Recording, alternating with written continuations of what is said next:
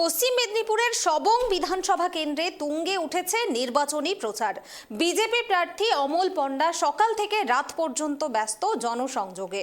গ্রাম থেকে গ্রামে ঘুরে ভোটারদের সঙ্গে সরাসরি কথা বলছেন তিনি। কোথাও পদযাত্রা, কোথাও আবার বাইক র্যালি, সব মিলিয়ে জমে উঠেছে প্রচারের লড়াই। কেটিভি বাংলার মুখোমুখি হয়ে কি জানালেন প্রার্থী, শুনে নেব। নির্বাচনে রাজ্য জুড়ে যে কটি বিধানসভা ক্ষেত্র সবচেয়ে বেশি আলোচিত এবং নজর রাজ্যবাসীর যেদিকে রয়েছে তার মধ্যে অন্যতম হলো পশ্চিম মেদিনীপুর জেলার সবং।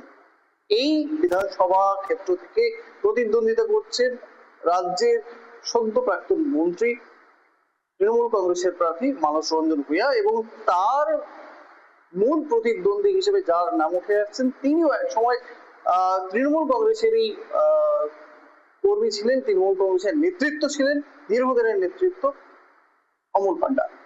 দীর্ঘ সারাদিনের ব্যস্ততার মধ্যেও কেটিভিকে তিনি সময় দিয়েছেন। কেটিভিতে আপনাকে স্বাগত। ধন্যবাদ।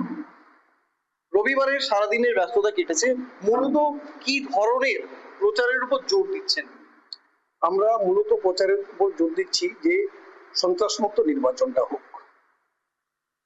কি ধরনের প্রচারে জোর দিচ্ছেন? কোন ধরনের? অনেকে কেউ বাড়ি বাড়ি প্রচার করছেন, কেউ র্যালি করছেন, আপনি কোন ধরনের প্রচার? আমরা বাড়ি বাড়ি প্রচার করছি, র্যালি করছি, স্ট্রিট কর্নার করছি। তবে স্ট্রিট কর্নারের সংখ্যাটা কম, সেটা এবারে বাড়াবো। এক সময় কংগ্রেসের গড়, তৃণমূলের দাপট, তার মাঝেও গেরুয়া শিবিরকে কতটা এগিয়ে নিয়ে যেতে পারবেন আশা করছেন?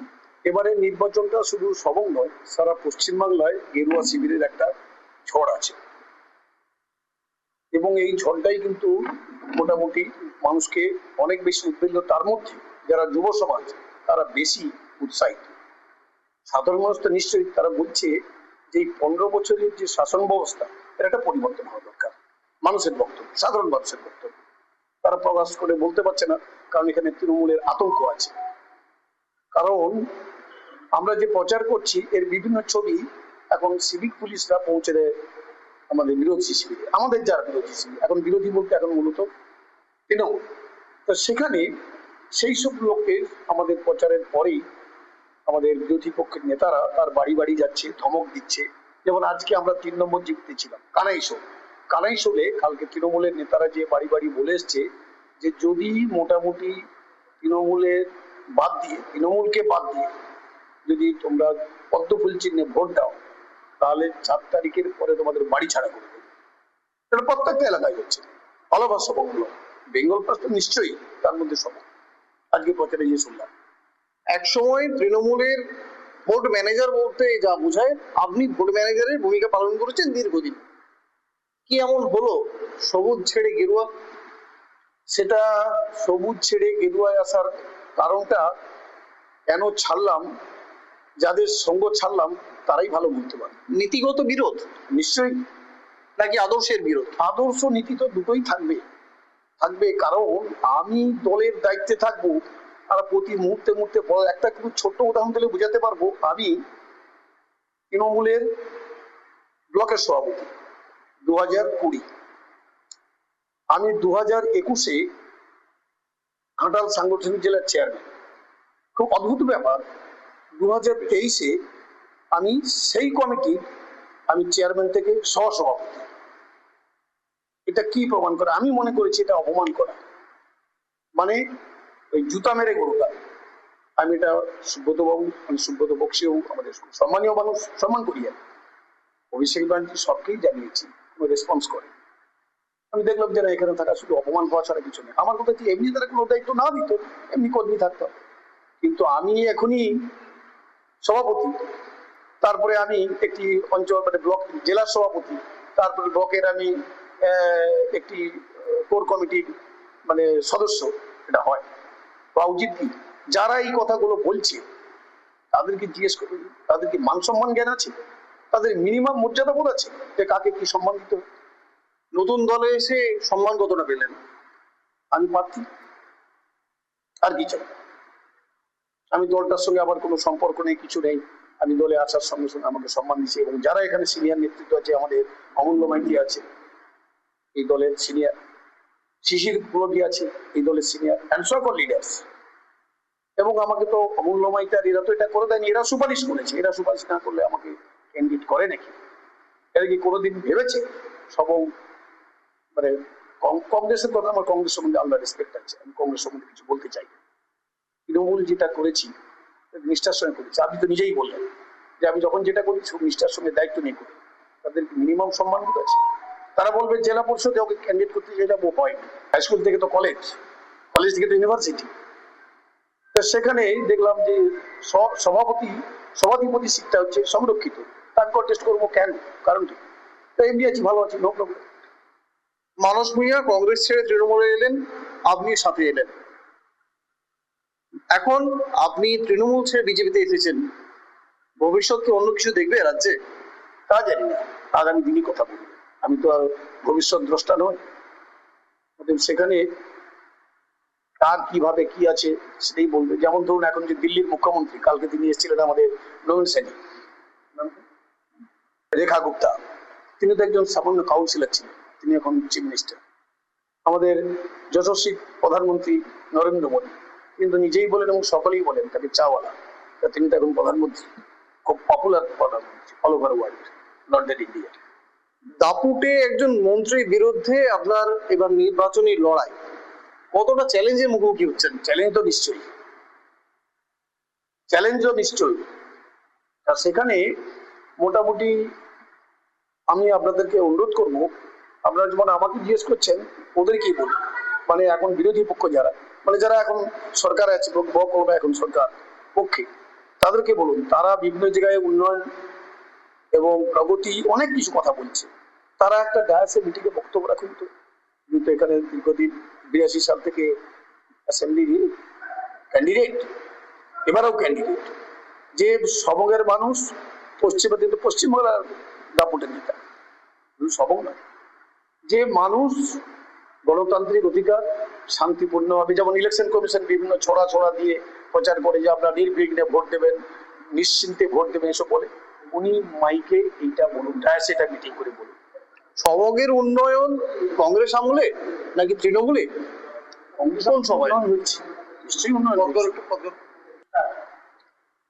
সবংয়ের উন্নয়ন কংগ্রেসের সময় নাকি তৃণমূলের সময়? ভারতবর্ষের উন্নয়নটাই কংগ্রেসের আমলে, কারণ কংগ্রেস ভারতবর্ষ লুণ্ঠিত হয়েছে কয়েক হাজার বছর ধরে, সব হুন, পাঠান, মোগল, লাস্ট মানে শেষ হচ্ছে ব্রিটিশ, তাদের কিচ্ছু রাখেনি, সব লুটপাট করে দিয়ে পালিয়ে গেছে।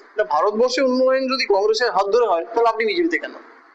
সেটা আপনি শাসক দল এখন তাদের যারা নেতৃত্ব, তাদের নেতৃত্বে একজন আছে, এগুলো কিছুই না, কাটছে এগুলো হচ্ছে মানে মধ্যযুগীয় শাসন ব্যবস্থার এরা কৃতদাস, দাসানুদাস, এদের মান নাই, সম্মান নাই, ইজ্জত নেই।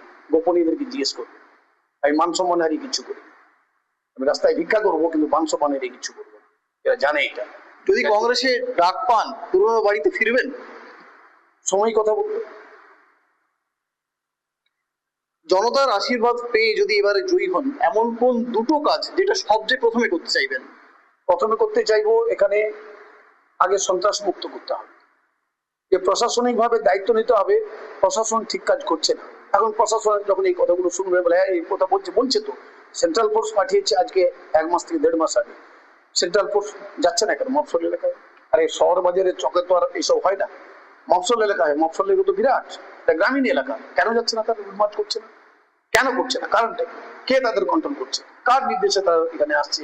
কারা তাদেরকে কন্ট্রোল করছে? জয়ী হলে সবংয়ের জন্য উন্নয়নের প্রথম কাজ হচ্ছে ওইটাই, যে সন্ত্রাস মানুষ যেন স্বাধীনভাবে ভোট প্রয়োগ করতে পারে। সেটা তো নির্বাচনী সময়, সার্বিক উন্নয়ন, যেন মানুষ তার নিজের কথাটা বলতে পারে, বাক স্বাধীনতা যেন পায়। এখন তো বলতে পারছে না, সবংয়ের আমি বেঙ্গল বলতে পারো, সবংয়ের এই মুহূর্তে স্বাধীনভাবে কেউ কথা বলতে পারছে না।